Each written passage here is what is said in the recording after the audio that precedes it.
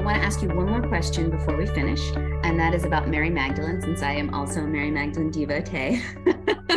So I would love if you just want to expand on your relationship with her or your experience on pilgrimage. I really experience her almost more as a divinity than a human teacher. But as the human teacher, what I love is how scholarship is showing us that she truly was. She was the heir, the Dharma heir of Jesus's lineage, and of course the men didn't like that, and Yeah, yeah. what have you. But I will share a little piece. So before I received the spiritual name of RAJASHREE MAA, I had directly from Divine Mother received a name, Kali Sara.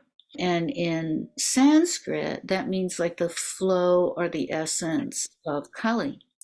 Oh, okay. Okay.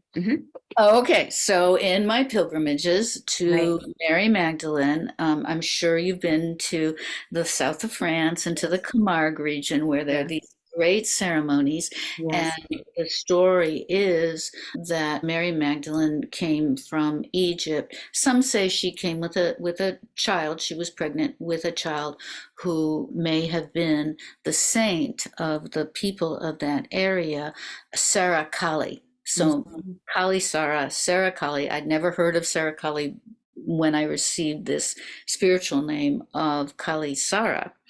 But once I heard about this legend, I just absolutely had to do the whole pilgrimage, which I imagine that you've done, and Yes. to experience the and they sometimes call her Sara-la-Kali Yes. as well, yeah. And so anyway, that just talk about a weaving together. It was like, oh Yes. my goodness.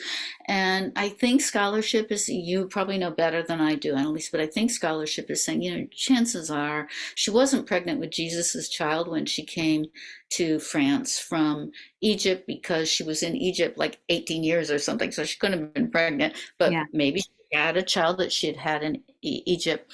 But also the Sara-la-Kali was black, and the way she is still worshipped is like the Kali Right. of India.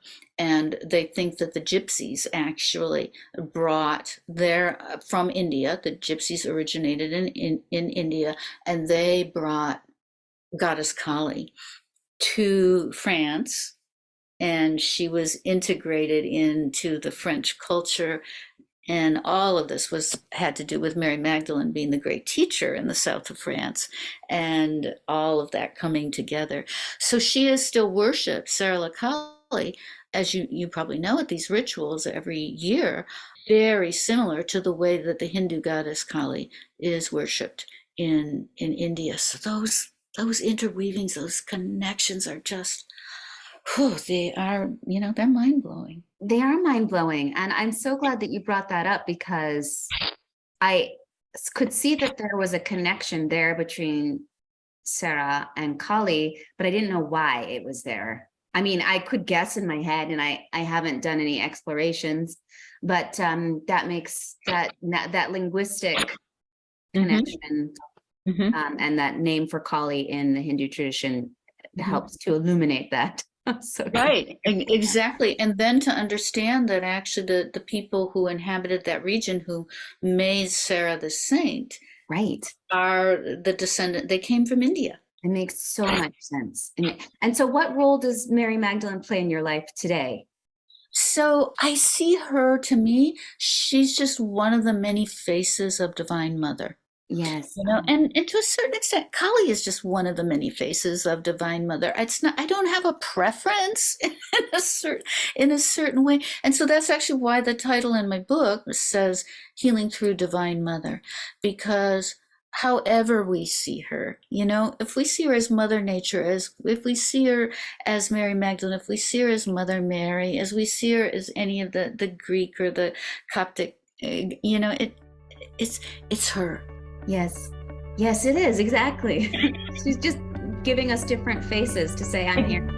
To say I'm here, and then also she gives us these options for connecting with. Right, exactly. because know? what might connect with me might not connect with you, et cetera, et cetera.